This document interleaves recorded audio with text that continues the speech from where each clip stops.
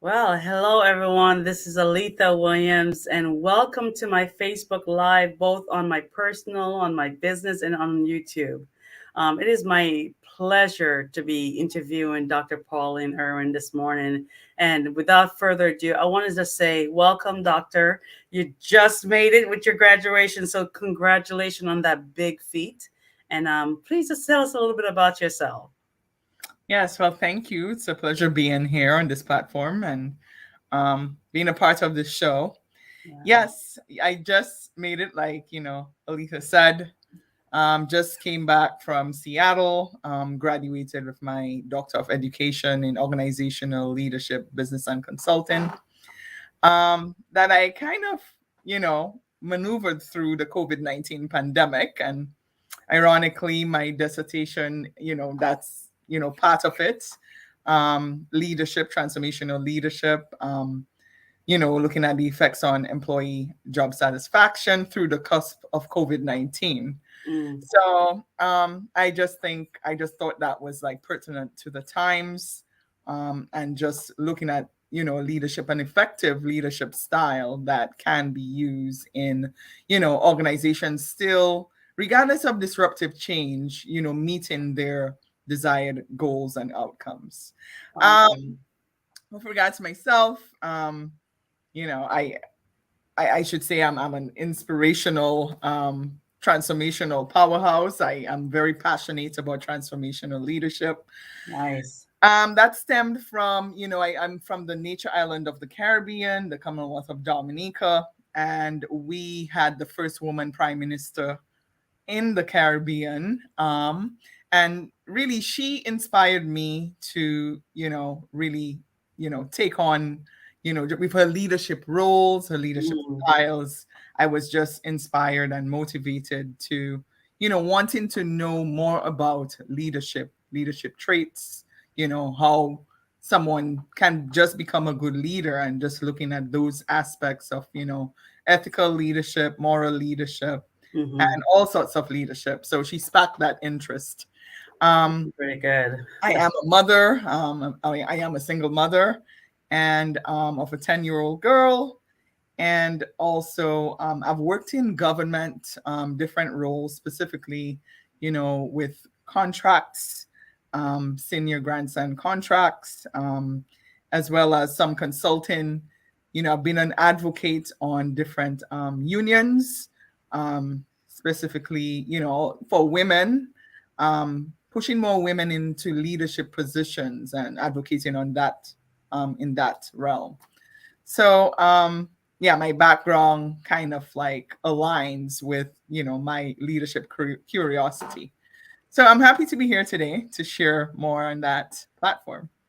So is your family, your mom and dad still around? Any siblings? So my mom is alive. My dad passed away like 10 years ago. And I have two brothers who live in Dominica. So yeah, small, immediate family, but, extended. I have a large family. So I have cousins and aunts and uncles all over the world, to tell you the truth. That's right. Where is Dominica? So Dominica is in the Eastern Caribbean, right in the middle, I should say, of the Eastern Caribbean. We get hit by hurricanes all the time. I think one of the main ones was recently, actually, in 2017, Hurricane Maria. I don't know if everybody remember that. It was all over the news, actually. It was a Category 5 hurricane, and that moved to Puerto Rico, too, and did a lot of destruction. Yeah. So that's where I'm from. I grew up there. It's called the Nature Island of the Caribbean. They said that if Columbus came back, he would recognize the island. That's why it's called the Nature Island. Oh wow, wow! You know, growing up in Jamaica, I'm so used to every season we board up our windows and for hurricane season. So, you know, that in itself shows a little bit of resiliency about the island and the people that we know there's a storm coming, so we prepare for it. Yes. And how can we apply that preparation, that resiliency into our daily lives, and what we do is what's makes us power phenomenal women that we are. And I Mhm. know you are. I've been watching and looking at some of the stuff that you're doing. So I want to say thank you for being the leader that you are and for giving the world the service that it so deserves. It needs good, authentic leadership. And that's what we're missing, that authentic leadership. And so I want to ask you the first question is not even about leadership yet, but tell us about the group you facilitate, Women of Flavor. So Women of Flavor was a group that, when I moved to Seattle, I had an idea, and I kind of like reached out to a friend, and we kind of, you know, met and discussed and kind of like, you know, how should I say it, created this group. We named it Women of Flavor. Um, it was really to empower women, Mm, enlist women, in the community, and just empower them through culture, through, camaraderie, through experiences, and we met once a month. It started off once a month and just experiencing the culture of Seattle and also the food. We went out and tried different dishes, just, trying different cultures and having mhm. discussions. I would have, some of the women in the group present on their level of expertise, their talents. So we would have different, you know, uh, how should I say, like sessions, different discussions.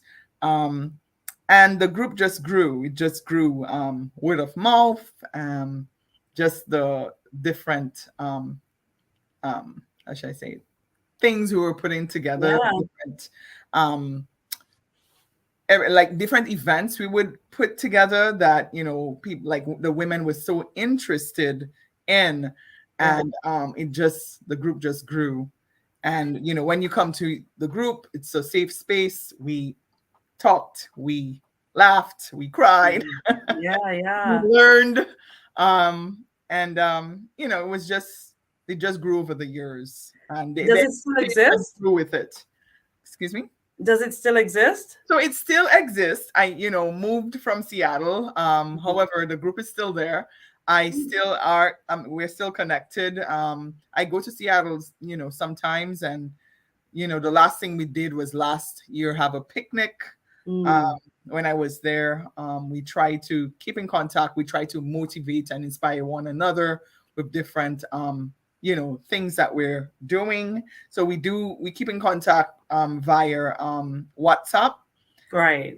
And Mother's Day passed. We were sending Mother's Day, notes and inspirational quotes and statements. So it still exists, but kind of changed and shifted since COVID-19. Right. So there hasn't been too much in-person events. It's just more, discussions and what's going on WhatsApp. Absolutely. Absolutely. But you guys created a community support for women who needed a little bit more encouragement to come out and be and show their gift. And so I think Exactly. that's what I'm hearing. Yes, And yes, so it that's was it was beautiful. you had it right, a community of support. Whatever help one needed, they knew that they had, somebody they could talk to. They knew that they had, this group of women, to Mm. kind of share with and try to work out, whatever issues, or Yeah. even, sharing things that, was great, was good, an accomplishment, or, you know, Mm. so Let me ask you something from that experience. What's one of the most memorable growth that came for you through that connection? I think since COVID happened, we got sort of more, like I should say, more close knit, Hmm. keeping in contact through WhatsApp and kind of maneuvering through the crisis. We tried to, even on when COVID, when we were in the thick of COVID and people still didn't know what was going on, we found time to kind of like send jokes or send, Yeah, yeah, um little like motivational like statements or pictures, just to kind of shine a little light in a dark time. yeah, So yeah. that was one of the growth aspects of the group, and everybody just followed suit and started to just send their motivational quotes or Hmm. statements or share like little jokes and just make it fun still, Yeah, even in that darkness. that's beautiful. I think I'm gonna have to reach out to them when I after I do my move this month. Yes. Because I'm only an hour away from Seattle, so I was a part of another group that do dancing, Hmm. African dances, and so I need to reach back out and connect because community and connection into a social group that tribe that where you feel that you belong is really important to your well-being. And in studying my mind and body, the research is showing, Hmm. community is really important to your wellness. And so that's Exactly. beautiful that you guys established that and continued that, especially through COVID time. So I really applaud you guys for doing that and continuing that. Oh yeah. So let's move on. What is your definition of leadership? So for me, leadership, there are a lot of definitions of leadership, but for me specifically, going through a leadership program, I think, leadership is someone who leads, just, how should I say it? Like, who encourages, their subordinates to reach for, achieve their desired outcomes. Mm-hmm. Somebody, a leader that could step back and, model the way and inspire others to lead, to follow, and in turn lead as well. So I Mm-hmm. think that leadership has kind of shifted since just traditional ways of leadership where it was just more of a power structure, and it's more of a collaborative effort. So Mm-hmm. that's how I view leadership, but collaborative, but you're still leading, but you're giving others a chance to Right. modeling the way for others, and you're giving them a chance to grow, to Right. achieve. And So that's what from leadership is to me. yeah, from mind and body perspective, that's you're allowing people to be seen and heard. Hmm.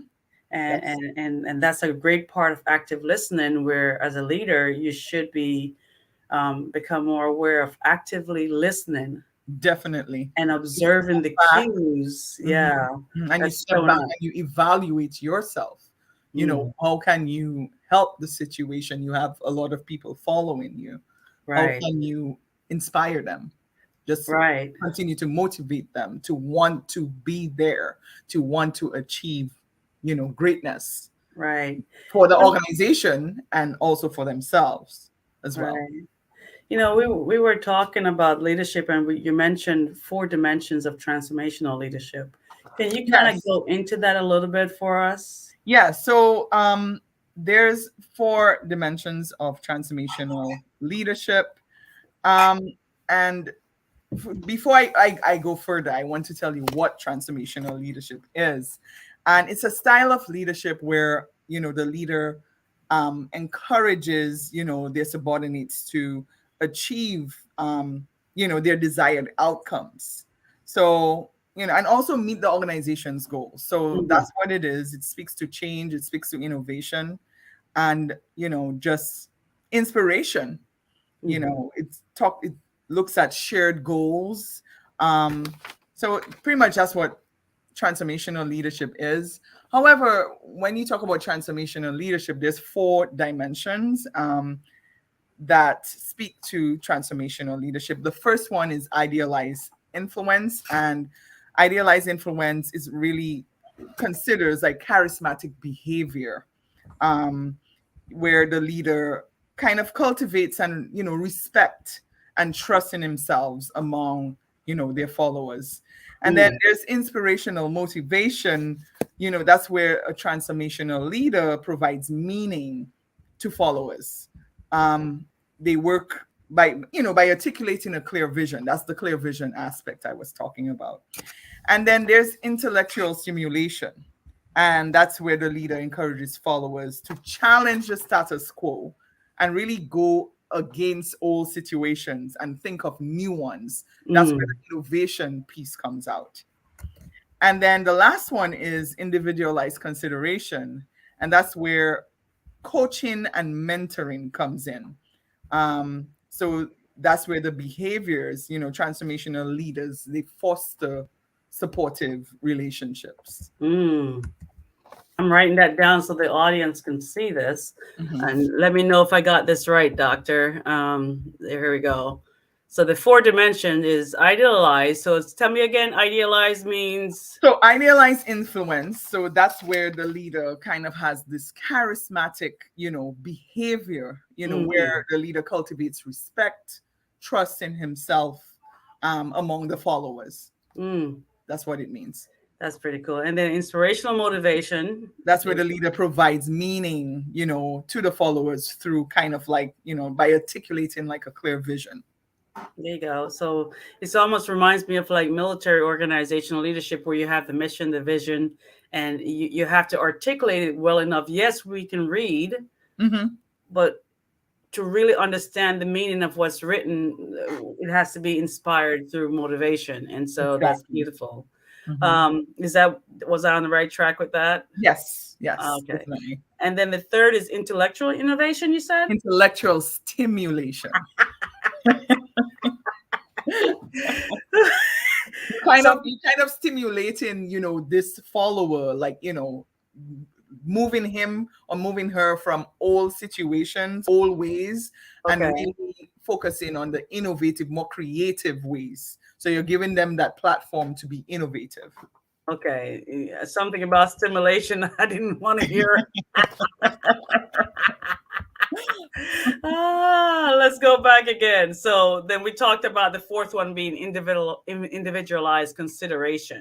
And that speaks to coaching and mentorship. Really, that's where the transformational leader, it becomes have this like they foster some supportive relationship. But with the doctor, I don't think that really exists in most organizations. That individualized consideration does not exist right now. and the thing is, I'll tell you that when I did my study, my dissertation, my data, and I did a mixed methods where I did quantitative data. I collected quantitative data through surveys, and I also did qualitative, where I interviewed the same participants and kind of triangulated the study. I'll tell you this with respect to individualized consideration. People want more of some kind of coaching, like since the cusp of COVID. They were asking for more direction, more coaching, mentoring. And the participants I interviewed, that was like, a trend. That was a pattern. We want more coaching. And I think the organization that I used for sampling, they did talk about, because they're doing like they're getting ready to like shift, the way that, leaders lead. And they're looking into that. And coaching and mentoring is one of the main things that they're looking to change, they're looking to implement, in the organization. So I think, and just doing my studies, looking at major, I don't want to say the name, but like major organizations, they've been using, these tactics, coaching and mentoring to really stimulate their employees. Right. Because really, it has been proven that, it helps with a high employee morale. Right. So, there is a organizational leadership coaching that exists right now. It's just that it's just not being used in every. I think it should be in every organization that has more than 10 employees. Mhm. That is my opinion as a life coach, coming from that perspective that Mhm. mentoring is so important to stimulate more innovation and motivation for the employees to be in that first two levels of the dimensions of transformational. Like Mhm. And transformation doesn't exist mhm. without the employees. Mhm. Mhm. Exactly. And also it make, it's been proven also from my research that it enables employees to feel a sense of value. Mm, And you want employees to feel that they have this sort of connection, that they're part of a group, they're part of a team. So you provide coaching, they get better at what they do. There's room for, if there's room for some kind of promotion because of that coaching, they could apply for it, they get accepted. Once employees know that those exist, hmm. they have you could see like the dynamic is different. Right. It's more positivity than negativity in the Right. organization. So Well, that leads right into the next question about employee satisfaction. So, can we continue on with some suggestions as to how we can, produce employee satisfaction? What do we need other than a survey mhm, and what they call blind survey, so the employee doesn't know who is giving the opinions? But mhm, what else can be done to create that environment where the employees feel mhm, safe enough that their voice, when they enlist their voice, is heard and mhm, actually register into the leadership. mhm. Well, I would leverage that coaching and mentoring aspect because it shows that the leader is supportive. And that was part of my study. Support was like one of the major themes with the Mhm. qualitative study. Let's Employees stop there like for a second because some of the audience don't know what quantitative is and what qualitative is. Can you just break that down a little bit? For me, quantitative is about the numbers and it kind of shows the facts, right? that's Because correct. everybody likes facts. So it shows the statistical numbers of what's showing up. And then qualitative is the lived experiences. So we're talking about our opinion and how we are experiencing it. And that's, you collect that and see if there's a theme or a circulating theme that's showing up. Am I on the spot Alisa, you're on it. You hit it on the nail. there? Well, I'm getting ready for my phase of I don't dissertation, so I'm better. because you are correct. You are correct. Awesome. Yeah. So So back to the fact that you were looking at some qualitative, you said qualitative response to this. So let me get you back on track so I don't derail you here. right. So the qualitative, looking at the qualitative phase of my study, um, support was a big theme. Mm, And like I said, when employees feel valued, because they have that direction, they have that coaching and mentoring, you know, especially when, in the thick of COVID, when everybody was like, everything was up in the air, people didn't know what was going on. That support, that leader evaluating, stepping back and evaluating what was needed and stepping up, with respect to the work functioning and changing what needed to be changed and adapting. And, I talk about transformational leadership, but, adaptive leadership was, part of, the leadership style that was effective as well as situational. And those are short mhm. term. Those are short term leadership styles. Well, I'm going to break this down even more because, Mhm. we talked about value, but what was the definition of value when you were studying this? What was that? What were the criterias Mhm. Mhm. um, for that? Yeah. So the value meaning, and you have the question, what do leaders need to do about employee satisfaction? Um, Hmm. Employee, for that aspect, it was a number of different things. One was support, be supportive. Mm, You know, employees feel valued when they know and they understand that they have a supportive leader. right. Um, Give employees, be your behavior speaks a lot. Yeah. It speaks to a lot. What kind of leadership that are you using? Are you ethical? Do you have a sense of humility? What's going Mm, on. There's a lot of things going on at people's homes, having to adapt to something that we haven't experienced before, the pandemic. Right. So those were some of the aspects, as well as just giving more direction. That was Mm, another thing. They needed direction. People don't want to, for intellectual stimulation, when I did my quantitative data, it showed that it failed the null mm. hypothesis on the Oh. quantitative side, because people want more direction. They didn't want to be innovative at that Mm. time. All right. They wanted direction from the leaders, and that's what I got in the qualitative piece, Right. interviewing them and getting their lived experience. You just brought up a really good point about the fact that at the stage of what, depending on what stage you are in creating a strategical response to the environment. So COVID came, Hmm. and we had to completely restructure ourselves in the workforce, in the family life home. So you have this is the storm. What are we going to do to go make it through the storm? So what phase were the employees in where innovation could be used?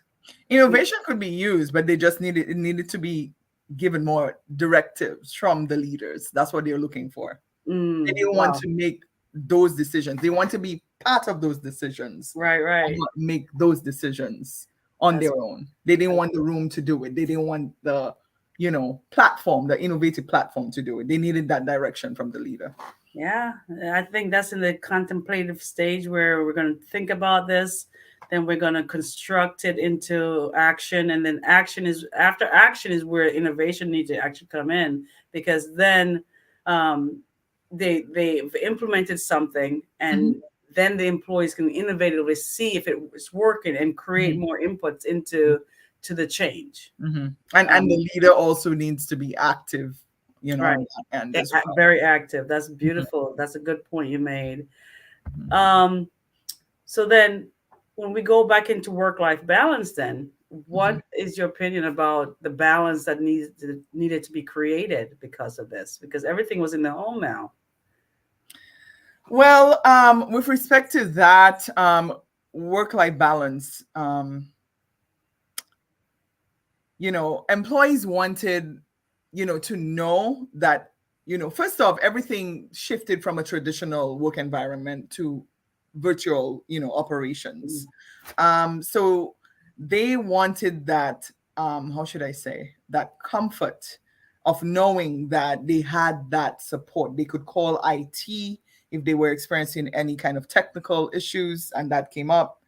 At first, it wasn't, and that's where the leaders stepped up and mm, had to work with IT, work with some departments to get functions, different functions functioning really. right. Um, and they just needed to know that initially it was just all over the place. It was an issue, but I think leaders stepped up in that capacity and had, once the functions were going, then people could focus more on just balancing their work life, and their work life and their home life. Hmm. um, there was room. They felt that they had some room to for their families, and the leaders were accepting of it, and it should have been.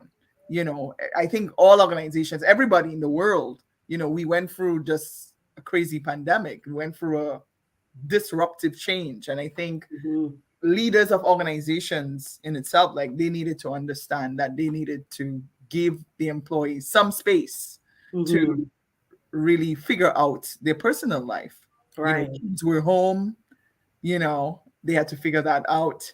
So I think for me, when I did that study, initially, pretty much all the participants said that was an issue, but then it kind of ironed out, you Hmm. know, once everything came, because initially, when March 2020, everything was up in the air. People was trying to figure out systems, Zoom and Teams, and some people were not really technologically inclined, and they had to learn those systems, how you're going to function at home.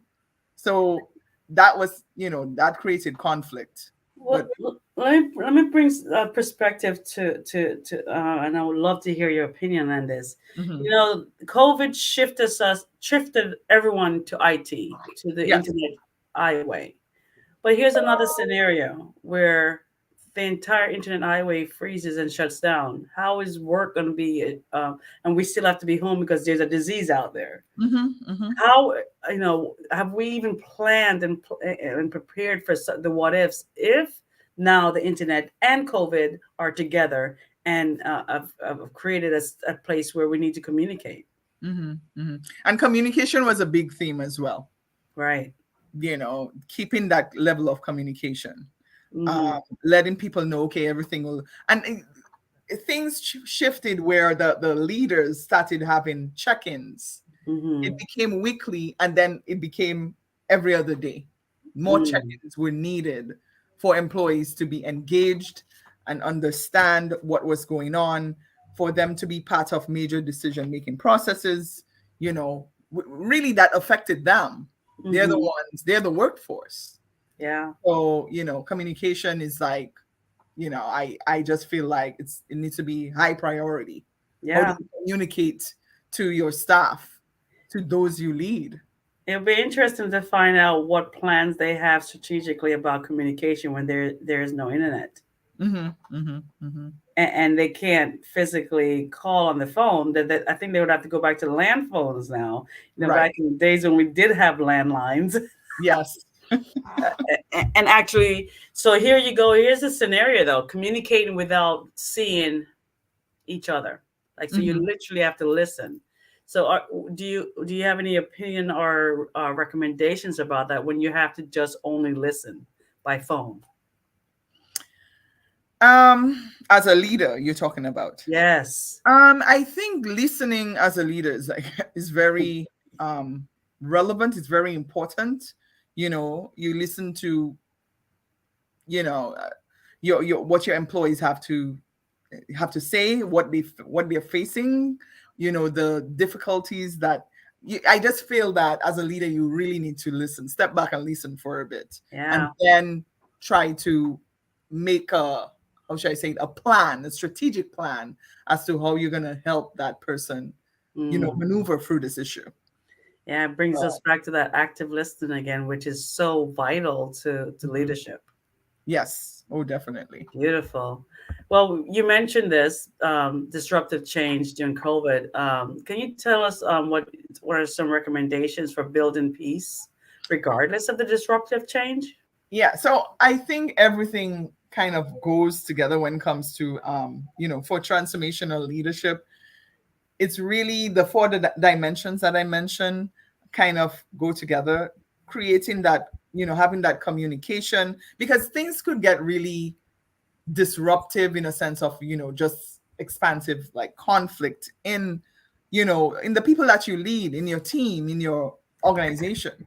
I think with respect to peace building is really, again, stepping back and being intentional about, again, listening, stepping back and analyzing what, leadership processes or what strategic plans that you need to take to still, get the desired outcomes for the organization, and also really speak to your employees' needs, and work with them as a leader in kind of, still conducting their work function successfully.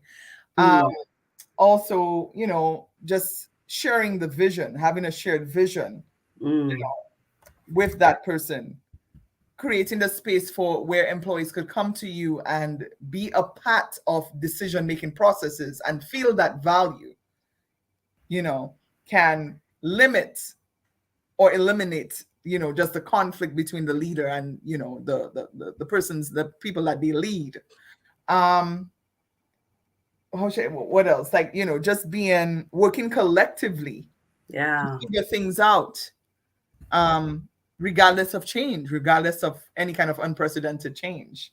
Um, Yeah. and really, still, you could still create the space for creativity, but also lead that as well.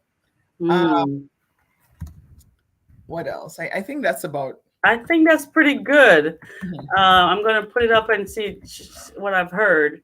In my active listening, I heard you say there were some key elements that showed up: communication, the leader being observant of what's going on, and Mhm. reflecting on what needs to be, what was going on and through the observation, and applying his or her leadership through Mhm. it, and then really bringing up that shared vision, space for the employees' inputs, working Mhm. collectively, and creating a space for creativity still.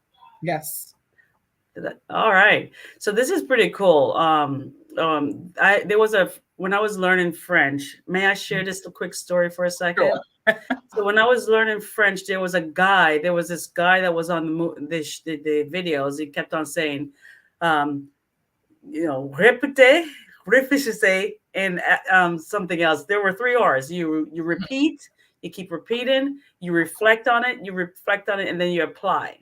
And so when it comes to leadership, it's really so important to reflect on the inputs that are coming into you Mhm. and applying it repeatedly Mhm. into the program. So because you can't just tell your employees something once and think that that's going to be applied Mhm.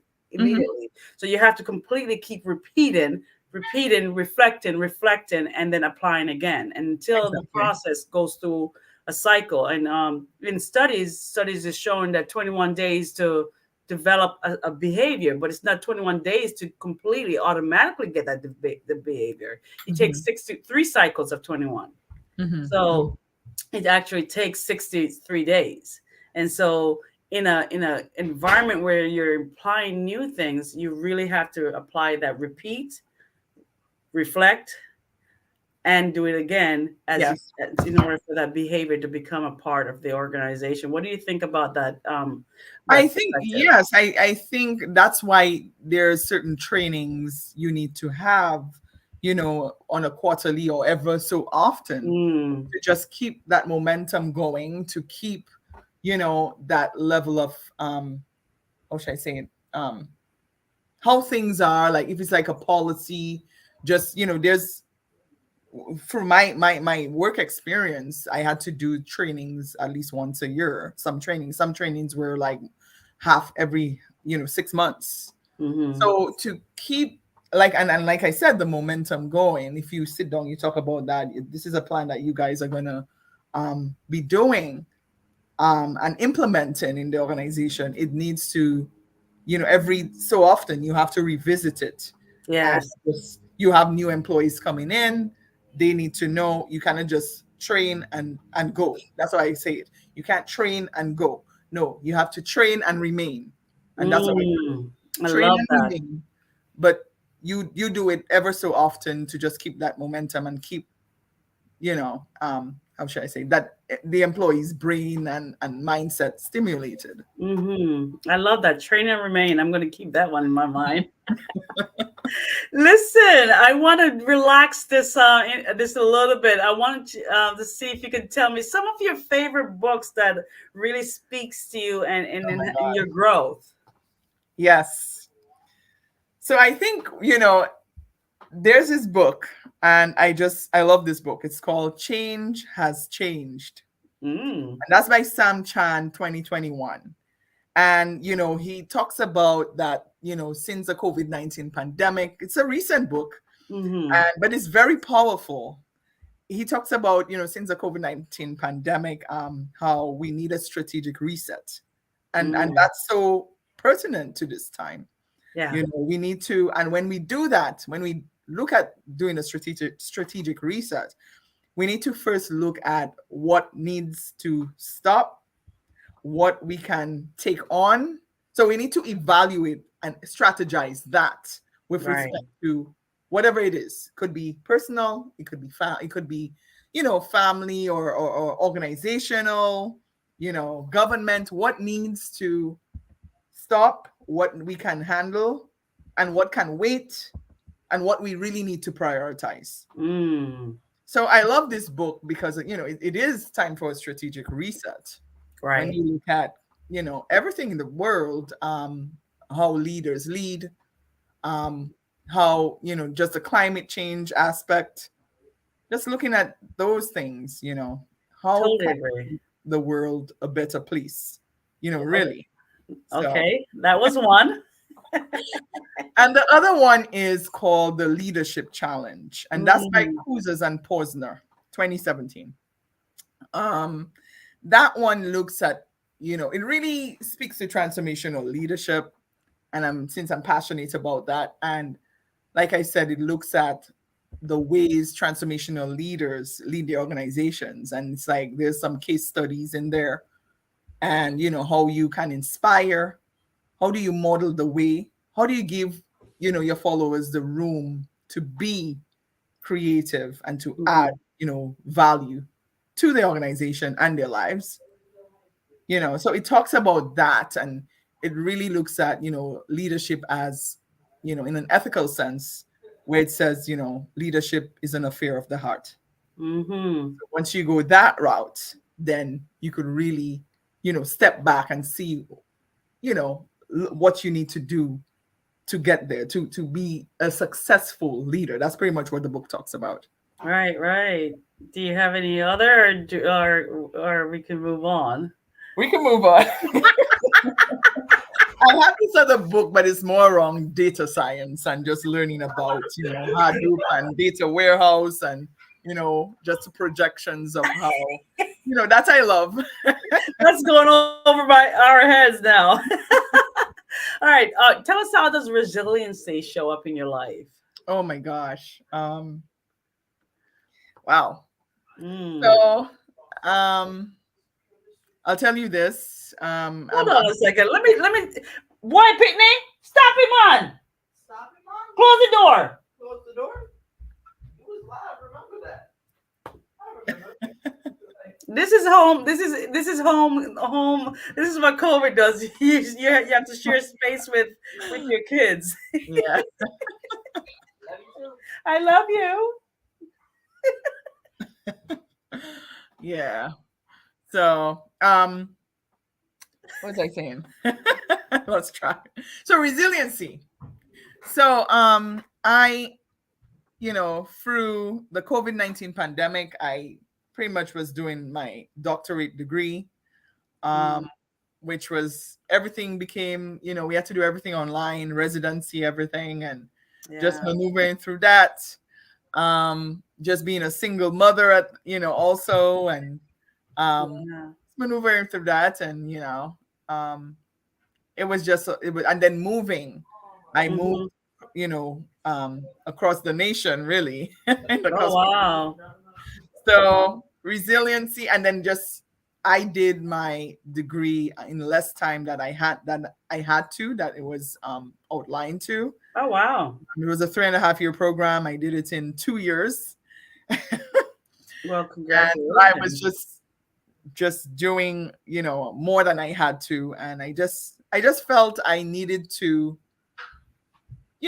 just climb every mountain, lift every rock, and to get to the other end, to get over Oh. that hill. And that's what I Wow. did. Then let me ask the next question. What did you do for self-care? Self-care, I started doing meditation again.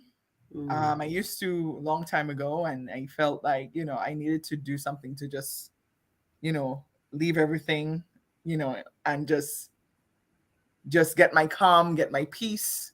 I started being more active, riding, my bike and taking long walks, and really cooking. That's my passion, Oh. cooking all kind of things, and being creative. So Um, my creative side just like protruded, and mm, um, yeah. So I would come out from the computer, and I'm like, you know what, I want to eat this, and I would mhm. just go in the kitchen and just make this. Right, right. Oh, beautiful. So That's yeah. beautiful. You're this is beautiful, pertinent right now because you just graduated. You just went through your phase of your dissertation, and self care is going to be so vital for me to implement because you can echo what I'm going to say is that it takes your life. You're for 3-4 months.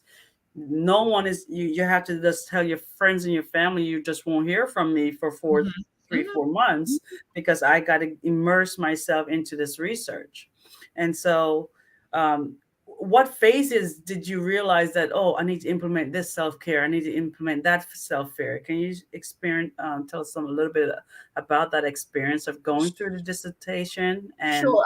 I'll tell you that I had to go in a cocoon, literally, what you're talking about. I had to mm-hmm, cut out a lot of things. I had to just cut out like even family, right, right, and friends because I just had my focus. I needed to finish this thing, and it's a lot of work when yeah, you're trying to collect data and analyze data, interpret data, and mm-hmm, right, write.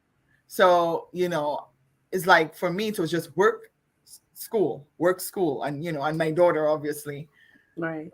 work school is like you have no life. And I kind of like thank COVID for a bit because I'm like, oh my god, nobody's going anywhere and I can really get to do stuff because even Mm-hmm. when the weather was nice there was not too much going on initially, and I'm like, okay, I could focus. And I'm thinking, oh my god, if there was no COVID, the weather is nice, I'm stuck in a house doing research and writing, I would be really mad. So it Right. kind of like worked out in my favor. Uh-huh. Um, yeah, and then That's beautiful. things like I did not look at a movie in like a long, long time. So I'm just trying to see what movies or shows or whatnot because I had no time for that. It's not even on the Exactly. Well, I just wanted to point that out. That is such a to become a doctor, which you are. It takes a lot of work and a lot of Mhm. self-sacrifice and really Yes. focus and dedication. So we want to make sure we give honor to you. And when people see you, they should be calling you doctor because Mhm. that honor and privilege that you did, you're doing it not for yourself. Actually, the research you did Mhm. was for the benefit of the community. Of And, course. Yeah, and definitely. so, a lot of people think, oh, you're doing this just for yourself, just to get that accolade. But it's Mhm. more of the passion Mhm. of what you want to do to help the world change. Yes. And I think Yes. if you can take a survey of most doctors, that is exactly why they went into the research phase of becoming a doctor. And you almost become an expert of research on a Mhm. particular research Great. because you're given Mhm. to the world, and Mhm. that's the highest vibration you can be at. In studies that are showing that vibration, when you become a philanthropic and when you become of Mhm. service, you're riding at that vibration, but you don't see that vibration and feel it much when you're in the deep burrs working through the research and writing the paper. But at the end, which is where you are, I really hope that you're feeling that high vibration Oh and yes. that you're living on that. So blessings to you on that. Yes. Two more questions. Sure. What are your plans now that you've graduated? Oh man. So I have a number of different engagements coming up. I'm going to present at the Six Women in Leadership Conference in the UK in June. I also started I'm part of a leadership series that's coming up with the great Dr. Gloria Burgess. Mm-hmm. Um, and so we're going to have that on an annual basis. It's also in June, the inaugural Inspire Leadership Series. And then some of the conferences that will be in the fall. I'm also doing a consulting, leadership consultancy that I already actually have a name for. So I'm getting that up and running soon as I can. I'm kind of in the currently like working to that. Yes. Yes. Um, and I'm gonna publish some articles. I'm gonna pull some articles from my dissertation and Mm-hmm. start getting them published, hopefully by the end of the year. And then just looking, I would really like to work for an organization and kind of, work in the operations piece, like a, chief of staff or, the CEO, and kind of direct that whole process because pretty much that's what my program speaks to, organizational leadership. And, really looking at organizations and kind of like creating like strategic plans and looking at the direction of how that organization can really evolve and also get their desired outcomes. Awesome. Um, so it's just a number of different things that I'm, Mhm. engaged with, and That's that's where my beautiful. heart is, and hopefully, That is beautiful. I lied. There's two more questions. Is there a message you would like to give the world right now? yes, I just feel like people just need to have a sense of integrity and humility, Mm, especially, as leaders, as followers. We went through a, unprecedented change, unprecedented like pandemic, that killed a number of people. And I feel like, no matter what your role is, you need to be, have a sense of integrity, right. humility, um, and look at the world, look at the bigger picture of things instead of Mhm. just focus on one aspect. And I think it will be, you know, more peaceful, um, and we're collaborative too. I think collaboration is a big deal, when it comes to, you're looking at the broader world on a global scale, especially through climate change, and I think that's a big thing. How can we work, to better our climate, for to ensure that our climate, or the world, the Earth exists in the next year, the next few years. That's a good point. So, I think I would challenge the skills that you bring into the community and into these organizational leaders. That I would challenge you to have them really bring that to perspective. mhm, How can they create something that the next generation can live from instead of this? Right now it feels like before COVID, it was all about themselves and destructive and not really thinking about the future leaders. mhm, So how can we create a legacy mhm. for the next generation? It's Yes, going to be and a good challenge. yeah, and I think that should speak to when I say you go out on the global aspect. Hmm. I'm also talking about, diversity. You know, Mm. the America, the world is getting more diverse by the minute, and I Mhm. feel like, diversity is a major, and inclusion and equity should be in all organizations. It should be a pertinent, aspect of all organizations, um, and there should be training on it. There should be constant training, ongoing training, Mm. and that was one of my recommendations for, in my consulting Right. sessions that I have. You know, the mission, vision, values need to speak to diversity. So Beautiful. Last questions, Doctor. How can folks find you? Do you have a website? It's coming, or what else? Other, if you don't have a website, what number or that I can share right here for them to see? sure. So I am on LinkedIn. I'm actually gonna create a website, because once I'm doing a, consultancy. Once that is finalized, I would be creating a website. I started, but I need to finalize it. And for the time being, I'm on LinkedIn. Just look me up, Dr. What's your Pauline. email then? Is there a professional Email, email? yes, it's Hold on. PELWIN. Let me put my glasses back on, honey. Sorry.